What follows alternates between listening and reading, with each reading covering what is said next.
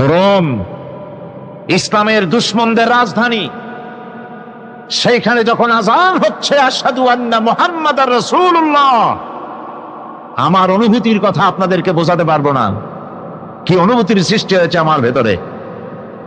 ভ্যাটিকানের pope এক পাশে, কিছু দূরেই ভ্যাটিকান, ওটা হচ্ছে গোটা পৃথিবীর সমস্ত খ্রিস্টানদের কাবা, ভ্যাটিকান।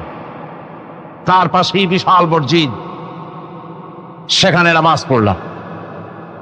চিন্তার ভেতরে আসলো আল্লাহ রাব্বুল আলামিন তার হাবিবের নাম, তার তাওহীদ, তার রিসালাতকে কিভাবে বিশ্বময় ছড়িয়ে দিলেন।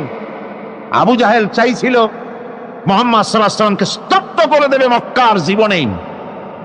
কত বদনাম, সাহের, কাহেন, কাযযাব, শায়ের, নাউযুবিল্লাহি মিন যালিক, কত গালাগালি করলো। আর আল্লাহ শোনালেন